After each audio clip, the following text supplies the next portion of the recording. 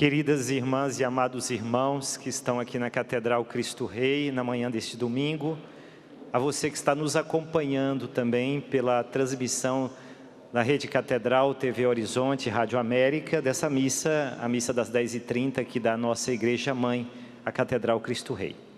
Primeiro, é bom que a gente justifique, né? Porque está todo mundo muito escuro aqui, né? Nós tivemos um problema na energia, a gente pede a compreensão. Tivemos que adaptar as coisas, né?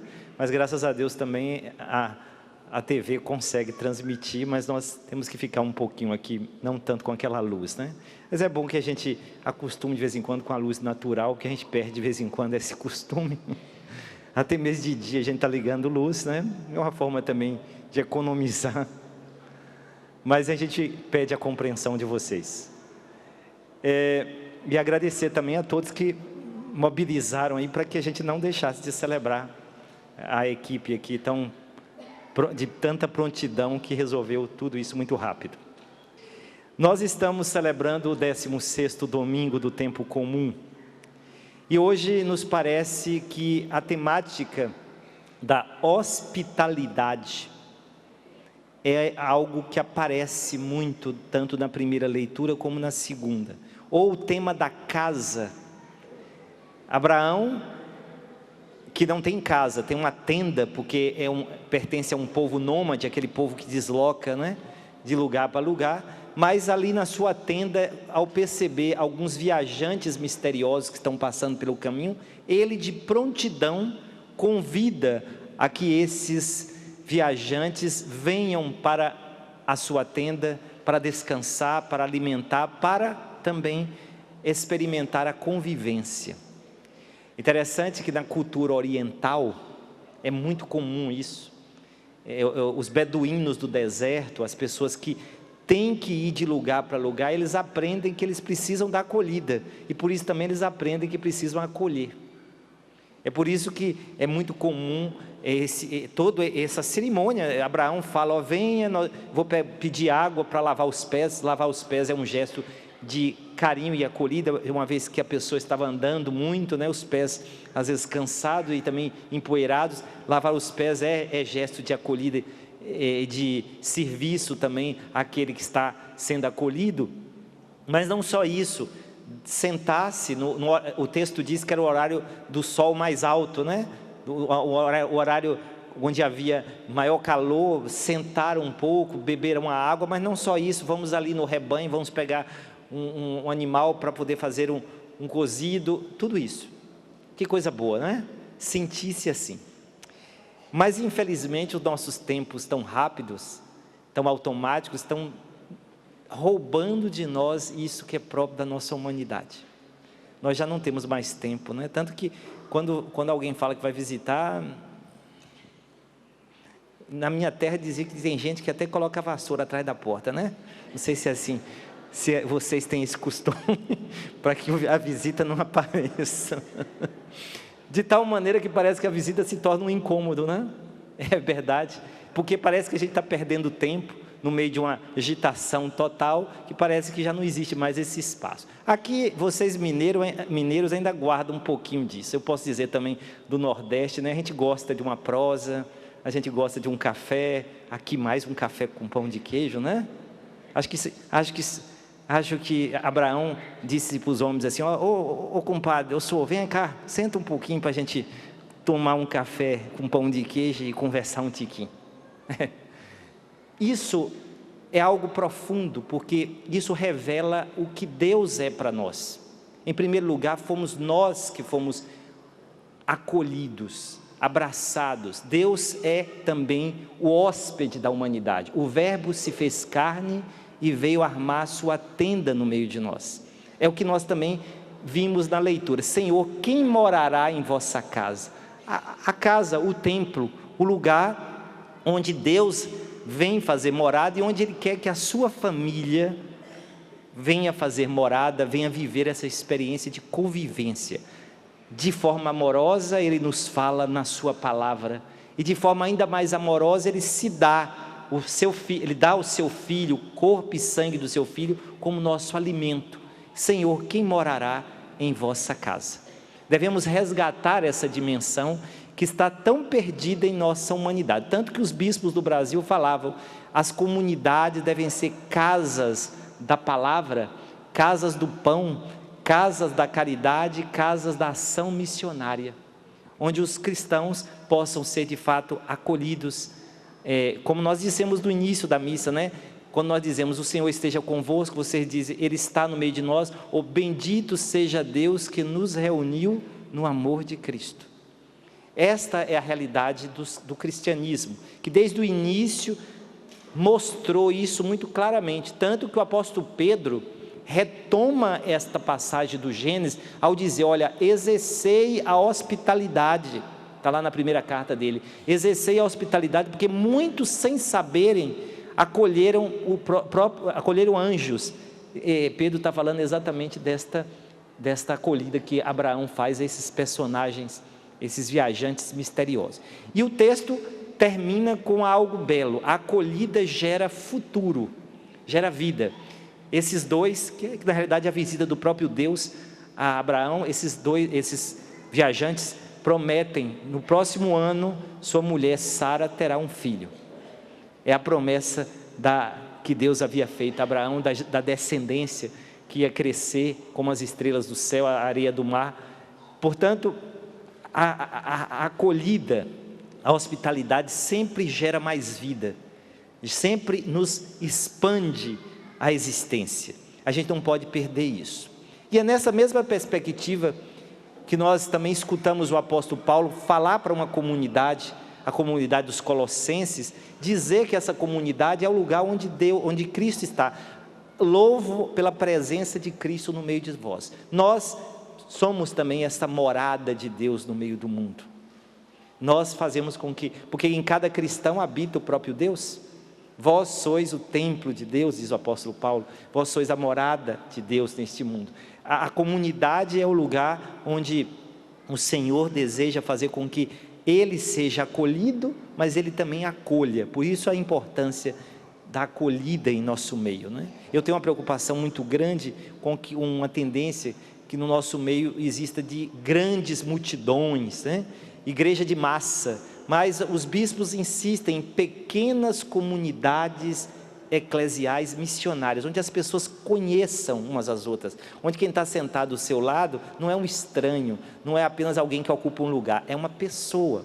Daí, vamos fazer uma coisa, olha para quem está do seu lado e diga, seja bem-vindo, meu irmão. Pronto, pelo menos ele descobriu que você tem sorriso, já é uma coisa boa. Muito bem, percebe como é que nós precisamos redescobrir o sentido de ser comunidade, de sermos acolhidos, casa de Deus, comunidade, hospitalidade, tudo isso tem a ver com o cristianismo. E aí eu vou para o Evangelho. No Evangelho nós temos um belo sinal de acolhida. Jesus está indo para Jerusalém, lá no capítulo 9 de Lucas, nós já sabemos, 9:51, ele começa uma grande viagem que vai até o capítulo 19, quando ele entra em Jerusalém. É a parte mais original do Evangelho de Lucas. E essa grande viagem não é um deslocamento geográfico, é um ensinamento teológico discipular. É ali que os discípulos aprendem quais são os valores do reino dos céus, e ali eles vão até com Cristo na cruz. E aqui tem um texto belo. Lucas faz questão de dizer que nesse caminho alguém abre as portas da casa para Jesus, assim como alguém foi acolhido por Abraão, agora é o Jesus mesmo que vai ser acolhido na casa de Marta e Maria. Prestem atenção, tem um pormenor aqui que nós talvez não conhecemos. Marta e Maria, Lucas fala de Marta e Maria. Nós sabemos que esta casa é a casa dos irmãos de Betânia. Betânia é uma palavra que quer dizer a casa dos pobres. E ali tem um outro irmão chamado Lázaro, que vai aparecer só no Evangelho de João. Por que Lucas escondeu Lázaro? Não fala de Lázaro, não fala nem de um homem nessa casa. E aqui tem um pormenor. Era inadmissível na época de Jesus uma mulher acolher um homem na sua casa, principalmente quando não havia um outro homem ali. Tanto que vocês vão perceber isso quando Jesus está conversando a sós com a samaritana, que eles dizem, mas os apóstolos assustaram que ele estava conversando a sós com uma mulher. A cultura da época tinha isso. A cultura da época também tinha um dado: a mulher, ela não tinha vida e protagonismo. Por quê? Porque se ela fosse solteira, ela era propriedade do pai, e se ela fosse casada, era propriedade do marido. Por que Jesus aceitou ser acolhido na casa de uma mulher que não era permitido na época? Jesus já quebra paradigmas. Agora há uma nova humanidade, há um novo modo de ver as relações, onde a mulher também tem que ser vista enquanto a sua dignidade. Homem e mulher os criou. Homem e mulher, a imagem e semelhança de Deus. Mas vai mais longe. Uma outra mulher, a irmã Maria, mais nova, sentou-se aos pés dele. Perceberam isso? Não era permitida uma mulher ser discípula. Nos círculos rabínicos da época de Jesus, ou seja, nos mestres da lei, se dizia até, chegava-se a dizer, que era perda de tempo ensinar a lei a uma mulher.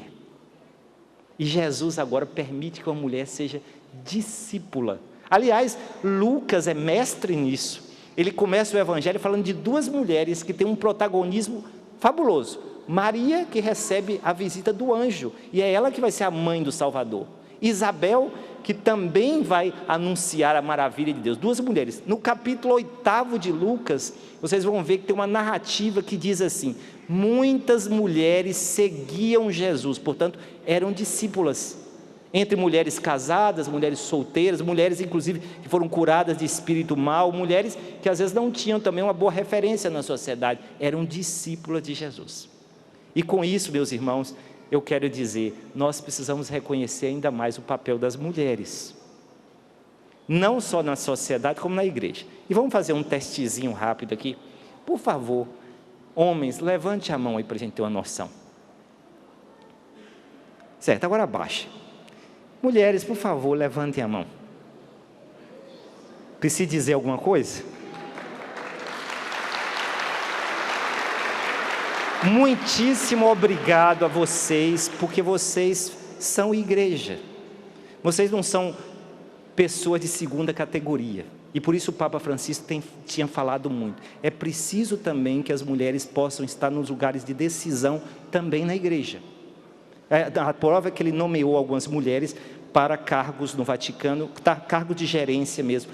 E aqui não é uma questão de contraposição de homem e mulher. Trata-se de redescobrir aquilo que a Bíblia coloca. Deus criou homem e mulher, Ele os fez, homem e mulher à sua imagem e semelhança. E por favor, em casa não use isso contra o marido.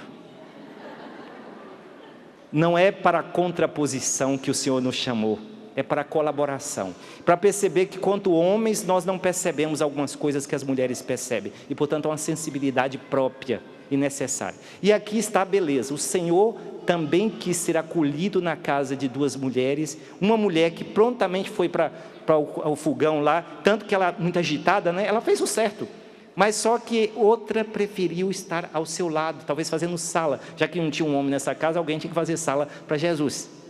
E essa mulher vai ser louvada, porque segundo Jesus, ela, olha só, Marta preocupa tanto, e aí vem e fala assim, olha, você não preocupa que Maria está me deixando sozinha aqui? Jesus falou, calma Marta, Marta, Marta, tu te preocupas com muitas coisas. E aqui eu tenho que concordar com Jesus, as mulheres preocupam mais que os homens, talvez seja por isso que nós homens estamos aqui hoje, né? Marta, Marta, mas por quê? Não, a gente preocupa muito, e essa preocupação tem causado doença para nós, não é assim? Vocês sabem muito bem, a gente termina o dia, depois de ter feito tanta coisa, e diz, não fiz nada, não é verdade? Uma sensação de vazio, um adoecimento. Hoje se fala de uma exaustão emocional, a chamada síndrome de burnout, onde as pessoas ficam assim.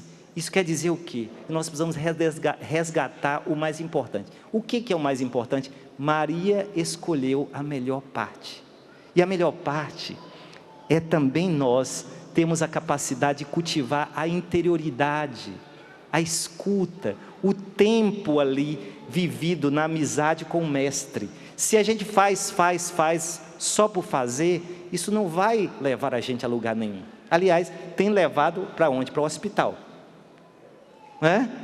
E aqui, mais uma vez, repito, o Senhor nos pede para que nós sejamos capazes de escolher essa melhor parte.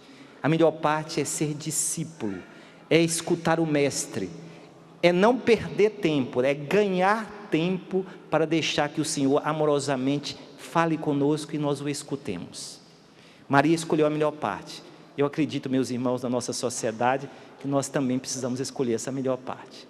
Uma sociedade cada vez mais rápida, uma sociedade cada vez mais tecnológica, uma sociedade cada vez mais do instante. A gente fala do zapping, mas uma sociedade cada vez mais distante em humanidade. A gente já não conhece o outro, parece que o outro é uma ameaça para nós, né? Uma sociedade onde falta calor humano, as coisas são tão frias, uma sociedade que cresceu muito em alguns aspectos, mas esqueceu de que sentar-se a uma mesa, tomar um café com pão de queijo, é algo que nos faz humanos, e mais gente, mais próximos. Encontrando o outro, nós encontramos Deus, nós acolhemos no outro o próprio Deus, como fez Abraão. Meus irmãos e minhas irmãs, Maria escolheu a melhor parte. Acho que também nós devemos escolher. Amém.